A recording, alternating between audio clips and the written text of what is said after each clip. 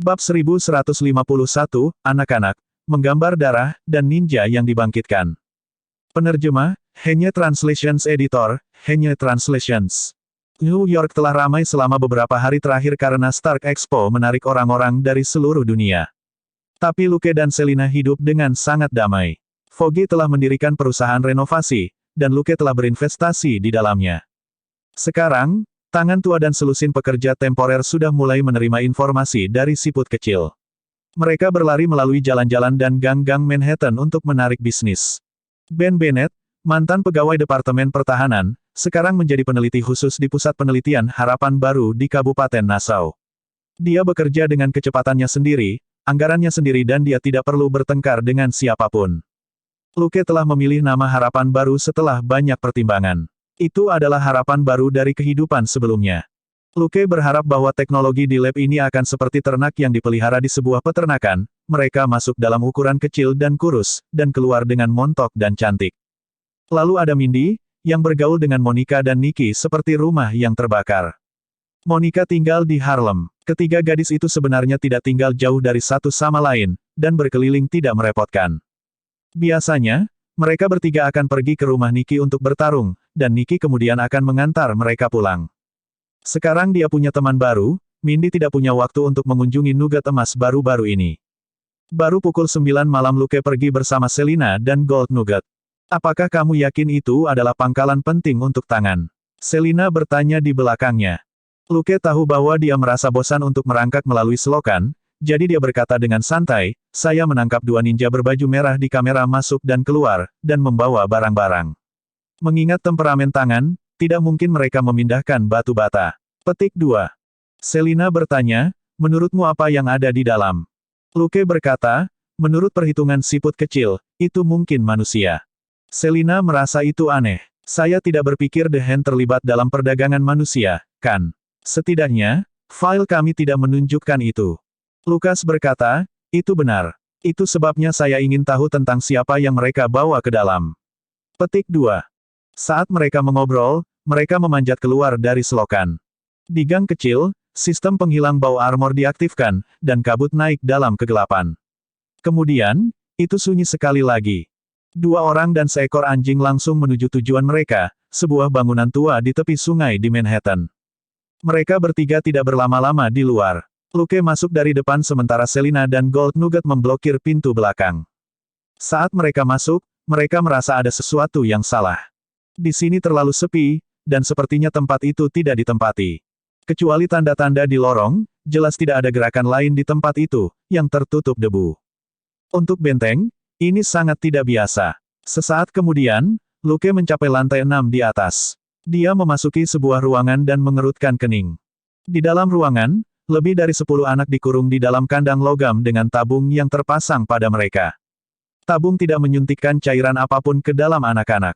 Sebagai gantinya, tabung itu mengekstraksi darah mereka, yang dikumpulkan dalam stoples kaca sebelum darah dituangkan ke dalam apa yang tampak seperti persilangan antara peti mati batu dan botol besar. Wajah Lukas menjadi gelap. Ini bukan sesuatu yang baik. Lensa dengan cepat mengkonfirmasi identitas 2 atau 3 anak. Mereka tidak memiliki catatan kriminal, tetapi warga sipil biasa dengan profil yang layak. Semakin banyak anak-anak yang diidentifikasi, dan itu sama untuk lebih dari setengah dari mereka. Luke mendengus dingin dan tangannya menyentuh pinggangnya sebelum lengannya tiba-tiba terayun keluar. Dua anak panah kelelawar berputar dan diam-diam menghilang ke dalam kegelapan. Dua ninja berbaju merah jatuh dari sudut yang tinggi dan menghantam tanah dengan keras. Luke membatalkan mode sembunyi-sembunyinya dalam kegelapan di luar pintu. Jubah hitamnya jatuh dan matanya bersinar merah. Dia datang dengan kostum Batman hari ini tanpa niat membunuh siapapun, tapi adegan ini membuatnya marah. Batman tidak membunuh orang, tapi ninja ini bukan manusia. Setelah mereka jatuh, masih tidak ada pemberitahuan sistem. Luke berjalan mendekat dan mengambil kedua mayat itu. Fungsi deteksi armor diaktifkan, dan data yang dihasilkan sangat tidak normal. Dengan muram, dia merobek baju salah satu ninja, hanya untuk melihat potongan Y yang jelas di dada pria itu. Luke segera merobek baju ninja yang lain dan menemukan luka berbentuk Y lagi di dadanya. Menyipitkan matanya, dia berdiri dan menyimpan kedua mayat itu di ruang 1. Sistem, bunuh dua ninja tangan yang dibangkitkan. Misi selesai. Total pengalaman, 3.000. Jumlah kredit, 3.000. Tingkat kontribusi, 100%. EXP plus 3.000. Kredit plus 3.000. Lukas mencibir. Menarik. Satu-satunya hal yang dapat disimpan di ruang satu adalah benda mati, seperti orang mati atau hewan mati dan serangga. Tidak ada pemberitahuan bahwa kedua ninja itu telah terbunuh, yang berarti mereka tidak mati. Namun, tubuh mereka dapat disimpan di ruang satu. Hanya setelah mayat disingkirkan, sistem mengirimkan pemberitahuan pembunuhan.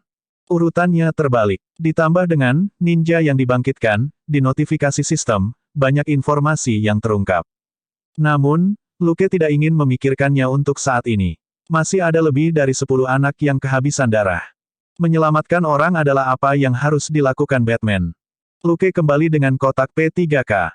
Merobek kait di kandang, dia mengeluarkan selang infus dari anak-anak, menghentikan pendarahan, dan membalut lukanya.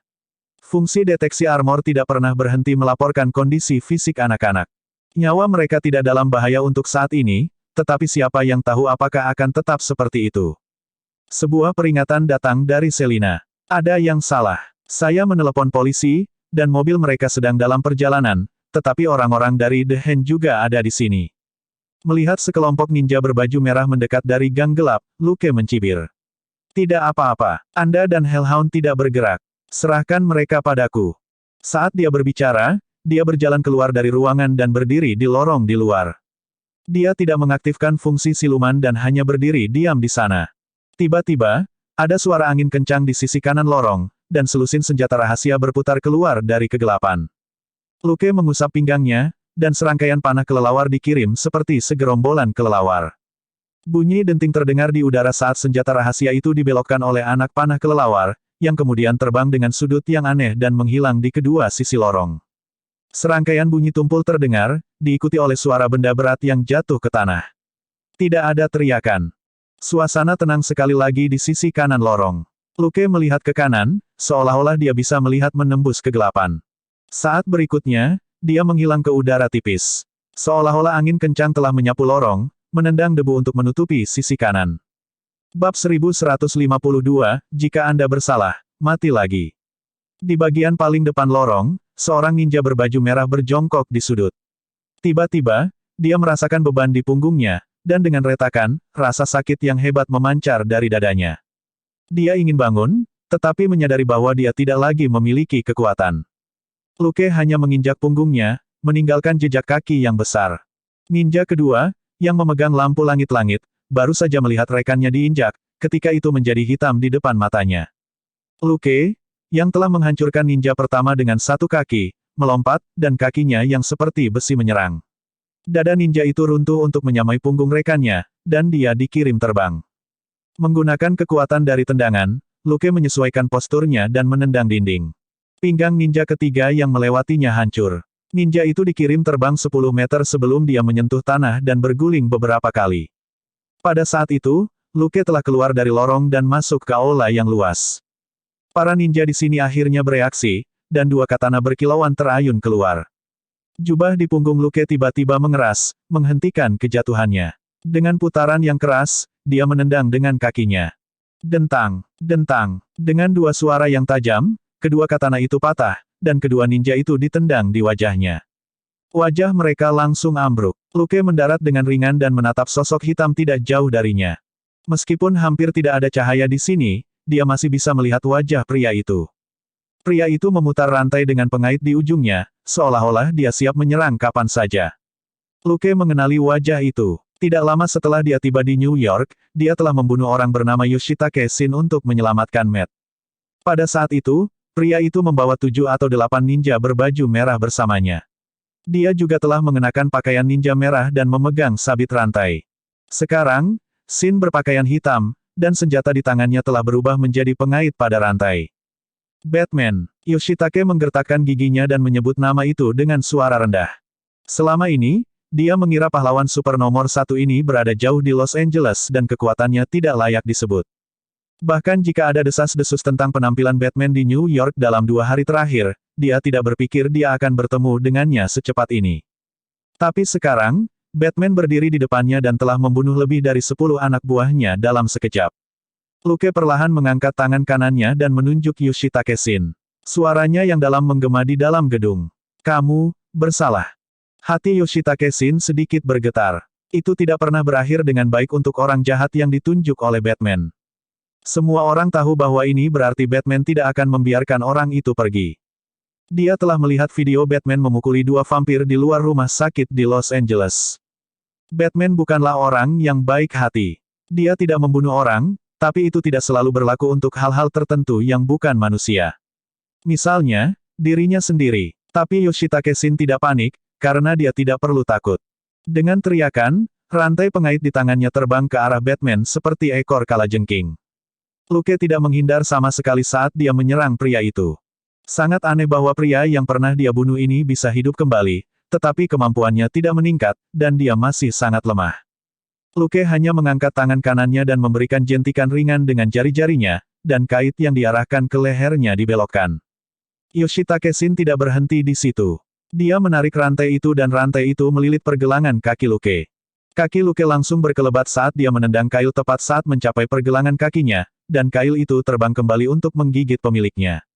Khawatir, Yoshitake Shin merunduk. Tapi kail itu tiba-tiba membuat lengkungan lebar dan berbelok tajam di udara. Puci, Yoshitake Shin jatuh berlutut dengan bunyi gedebuk, ketidakpercayaan yang sama di wajahnya seperti ketika Luke menusuk kepalanya dengan pisau terakhir kali. Kait itu sudah menembus dadanya dari bawah ketiak kanannya, dan dia tidak bisa bernapas. Siapa yang tahu apakah dia bertanya-tanya bagaimana Batman bisa membunuhnya dengan sangat efisien, atau jika dia bertanya-tanya mengapa dia bahkan lebih lemah. Luke hanya berdiri di depannya dan berkata dengan dingin, "Kamu bersalah. Kamu pantas mati." Cahaya di mata Yoshitake Shin perlahan meredup, dan bibirnya bergerak, tapi dia tidak bisa menyelesaikan kalimatnya. Luke tidak mau mendengarnya. Tuhan membuat kesalahan dengan membiarkan orang ini hidup sekali lagi. Itu benar bahwa dia mati dengan mata terbuka dan kata-kata yang belum selesai. Ketika Yoshitake Shin jatuh ke tanah, Luke memasukkan tubuh pria itu ke Space 1. Sistem, bunuh Yoshitake Shin, seorang pemimpin penting dari kelompok pembunuh tangan. Misi selesai. Total pengalaman, 5.000. Jumlah kredit, 5.000. Tingkat kontribusi, 100%. EXP plus 5.000. Kredit plus 5.000. Lukas senang. Dia sengaja membiarkan orang ini dibangkitkan terakhir kali, tetapi dia benar-benar ingin membunuhnya kali ini. Dia berjalan bola-balik di lorong, membunuh semua ninja lainnya dan mengumpulkan tubuh mereka. Di grup ini, Yoshitake Shin dan dua ninja berbaju merah yang terbunuh di awal adalah yang terkuat. Jelas, tangan tidak bisa melakukan kebangkitan begitu saja. Secara alami, orang-orang ini tidak dapat dibangkitkan sekarang. Dengan proklamasi kematian sistem, praktis tidak ada kemungkinan mereka hidup kembali. Mendengar sirene yang mendekat, Luke menjadi tidak terlihat lagi. Dia diam-diam memasukkan peti mati batu yang tampak seperti botol besar ke Space 1. Sistem, alat sulap tipe kehidupan telah terdeteksi. Dapat dikonversi menjadi 10.000 poin kredit atau memodifikasi fungsi inventaris. Konversi, modifikasi. Lukas hanya melihatnya. Secara alami, dia tidak memilih untuk memodifikasinya sekarang. Meskipun dia tidak tahu apa fungsi lain dari modifikasi itu, dia merasa bahwa perjalanan ini tidak sia-sia. Untuk ini saja, dia bertekad untuk membunuh mereka semua di masa depan. Selain itu, membunuh 17 ninja berbaju merah, termasuk Yoshitake Shin, dan menyelamatkan selusin anak-anak, memberinya total 24.000 pengalaman dan poin kredit. Tak satu pun dari ninja ini yang bernilai kurang dari 1.000 pengalaman dan poin kredit. Itu berarti bahwa setiap ninja telah melakukan lebih banyak hal buruk daripada 50 orang yang tidak bersalah. Luke tahu mengapa pengalaman dan poin kreditnya sangat tinggi. Misalnya, sebagian besar pembunuh bayaran dari High Table yang dia bunuh hanya mengejar target yang layak mendapatkan hadiah besar. Kecuali untuk melindungi diri mereka sendiri, setiap gerakan mereka harus ekonomis. Selama mereka tidak gila, pembunuh bayaran profesional tidak akan membunuh orang biasa tanpa imbalan apapun. Jika mereka melakukan banyak hal ini, mereka akan kehilangan nilai sebagai pembunuh bayaran. Bab 1153, Batman dingin, dan Selina ingin mengambil tindakan. Tangan sebenarnya adalah salah satu dari 12 anggota meja tinggi. Tapi itu adalah keberadaan jahat yang tidak merasakan belas kasihan bagi orang biasa. Bahkan Kingpin tidak bisa membandingkannya dalam hal betapa kejinya itu. Paling tidak, Kingpin masih menganggap orang biasa sebagai klien potensial dan memelihara tatanan sosial dasar, sehingga melestarikan bisnisnya. Jadi, meskipun dia tidak bersimpati pada orang biasa, dia tidak akan membunuh mereka begitu saja. Dia telah membunuh lebih banyak gangster dibandingkan, ketika mencaplok semua geng di Amerika. Tapi tangan tidak seperti itu. Jika bukan karena Luke dan Matt membersihkan geng-geng di Clinton, The Hand sama sekali tidak akan sebaik menggunakan perusahaan real estate untuk merelokasi penduduk. Mungkin beberapa orang terakhir yang pindah mungkin tidak akan pernah terlihat lagi. Siapapun yang menghalangi The Hand dibunuh tanpa gembar-gembor. Begitulah cara tangan melakukan sesuatu.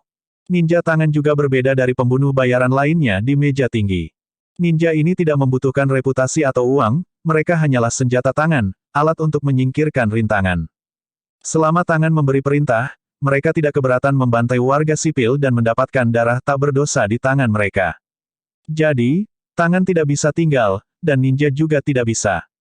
Sementara Luke merenungkan hal ini, mobil patroli tiba, dan tim petugas patroli menyerbu masuk.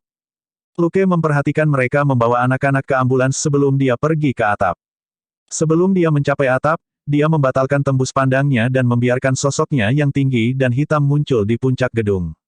Melihat mobil polisi pergi, dia melihat ke gedung lain tidak jauh, di mana dua sosok merah tua menghadapnya. Lensa berwarna merah darah di kaca helmnya berkedip-kedip, dan dia melompat.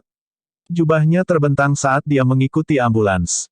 Setelah 100 meter, cahaya biru menyala, dan pria itu menghilang di langit malam. Wanita yang tadi menatap tajam terkesiap. Batman, dia menghilang. Jantung Matt melonjak, dan dia terdiam. Gaib tidak bisa menghapus suara baju kelelawar yang membelah udara, jadi Matt tahu bahwa Batman baru saja menyembunyikan dirinya. Tapi dia tidak ingin mengatakan apa-apa kepada wanita di sebelahnya. Dia mempercayai Batman lebih dari wanita ini. Dia tidak lain adalah mantan pacar Matt, seorang wanita bernama Elektra. Luke telah mengungkapkan dirinya kepada mereka sebelumnya agar Matt tidak terlalu memikirkannya. Pandangan yang dia berikan kepada mereka dengan jelas mengatakan, "Saya tahu Anda ada di sana." Dia tidak mengatakan apa-apa lagi. Batman sangat dingin. Tentu saja, seorang Taipan tertentu adalah pengecualian. Bagaimanapun, Luke harus mencari nafkah. Tanpa keterampilan baju besi Taipan, akan semakin sulit bagi Batman untuk bertahan hidup. Kalau tidak, dia tidak akan bisa secara terbuka mengenakan jas yang dibuat dengan teknologi Tony dan berkeliaran di depan Taipan itu. Meskipun Taipan itu pasti memiliki banyak kecurigaan, dia terhalang oleh sikap Luke dan tidak bisa bertanya lagi. Bagaimana dia bisa bertanya? Mengingat kepribadian Tony yang arogan, jika dia mengejar masalah kostum kelelawar, bagaimana dia bisa membalas banyak bantuan yang dia berikan kepada Batman? Di depan orang lain, Tony masih bisa dengan tenang berkata, "Aku akan memberimu cek. Isi nomornya sendiri." Tapi dia tidak memiliki kepercayaan diri seperti itu dengan Batman. Batman menyelamatkan orang biasa, tetapi apakah dia mengatakan sesuatu setelah itu? Tidak. Batman tidak pernah meminta uang ketika dia menyelamatkan orang. Begitulah cara Batman selalu berada di atas angin. Matt dan Elektra juga kini terjebak dalam dilema moral ini, dan mereka sama sekali tidak berani mempertanyakan tindakan Batman. Mengapa Batman ada di sini? Itu tidak penting. Bagaimana Batman akhirnya menyelamatkan anak-anak? Itu juga tidak penting. Juga tidak penting apakah Batman mengetahui cerita di dalamnya atau tidak. Batman suka menyelamatkan orang. Itu sudah lebih dari cukup. Dia tidak pernah menjelaskan dirinya kepada siapapun. Meskipun banyak orang mencari alasan penting untuk ini, yang mungkin terkait dengan asal-usul malaikat hitam, ini, mereka hanya bisa menebak. Mustahil bagi mereka untuk mendapatkan jawaban konkret dari Batman. Setelah keheningan singkat, Elektra menggelengkan kepalanya. "Saya pergi. Saya akan datang mencari Anda lagi jika saya memiliki berita di tangan." Petik 2. Matt tidak mengatakan apa-apa dan langsung turun sebelum menuju rumah sakit umum Metro. Dia ingin melihat anak-anak yang telah diselamatkan. Saat itu, Metro General sedang sibuk. Lebih dari 10 anak telah dikirim, dan mereka dalam kondisi buruk. Luke telah memeriksanya sebelumnya, tidak hanya mereka kehabisan darah, ada juga campuran racun yang aneh di tubuh mereka. Dia tidak bisa dianggap bodoh mutlak di bidang kedokteran, tapi dia tidak memiliki kemampuan penyembuhan. Karena itu, ia menyerahkan urusan profesional kepada para profesional. Mengobati seseorang jauh lebih rumit daripada membunuh mereka.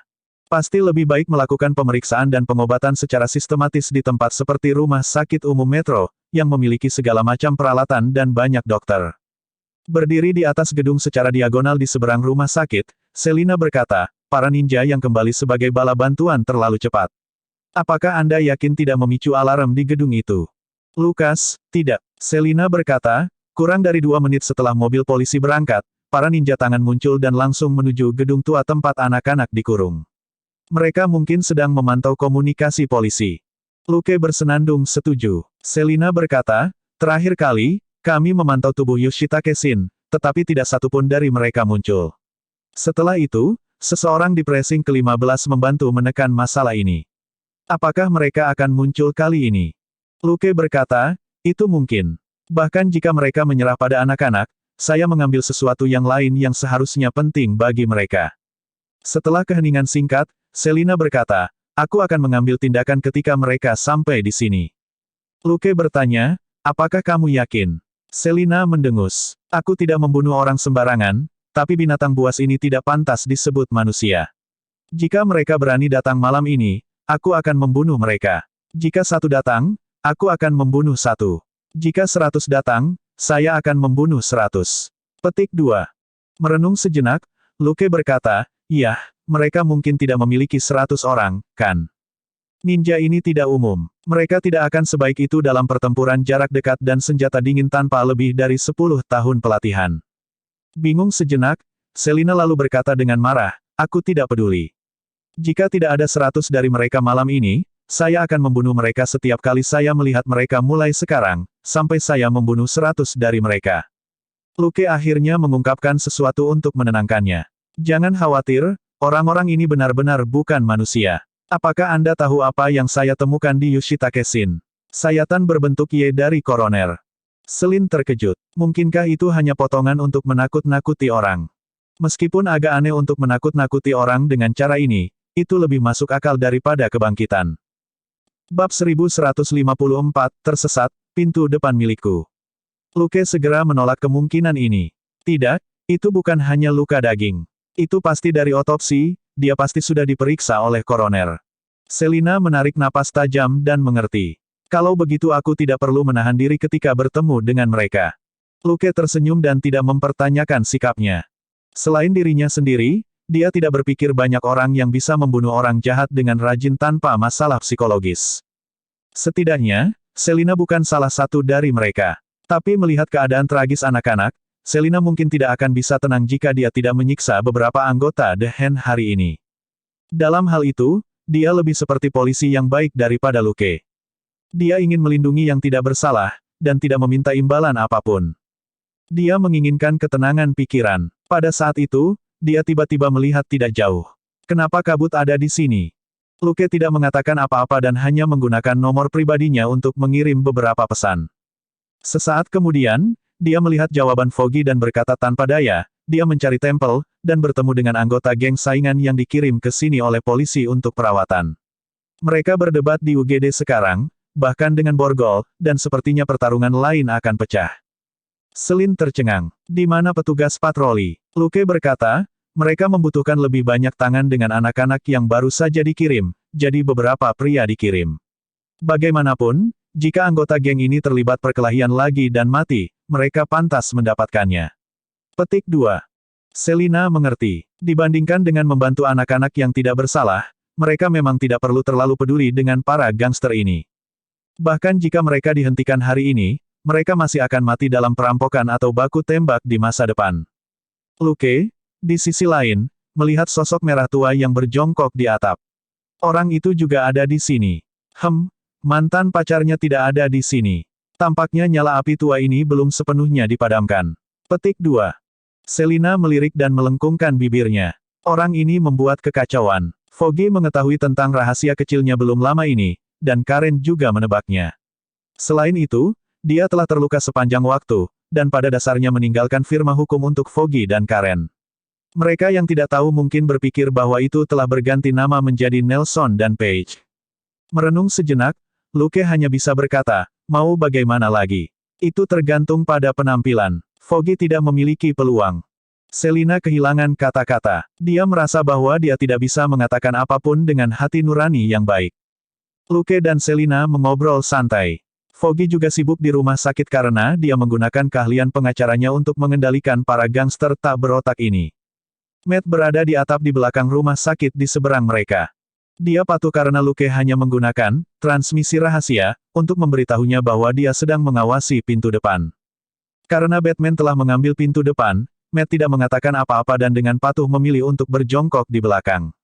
Dia dan Luke memiliki pemikiran yang sama. Mereka sangat waspada terhadap tangan dan siap untuk berjaga-jaga di sini untuk sementara waktu. Jika polisi bisa mengirimkan sejumlah besar petugas, tangan mungkin tidak akan bergerak. Tapi setelah belasan anak dikirim ke rumah sakit, hanya 4 petugas patroli yang tertinggal. Tidak mudah untuk melakukan pekerjaan apapun saat ini, dan Departemen Kepolisian tidak memiliki cukup tenaga. Sebagian besar pasukan polisi ada di pameran, jadi tentu saja, tidak banyak orang di sini, berkat uang yang dikeluarkan Stark Industries. Dengan kurang dari 10 petugas patroli yang hadir, tangan tidak akan terlalu khawatir. Organisasi ini berbeda dari geng biasa. Wajah asli mereka tidak pernah terungkap. Luke telah menyelidiki mereka melalui Giana, tetapi perusahaan yang dia temukan memiliki jaringan keterlibatan saham yang kusut dan rumit, dan tidak besar.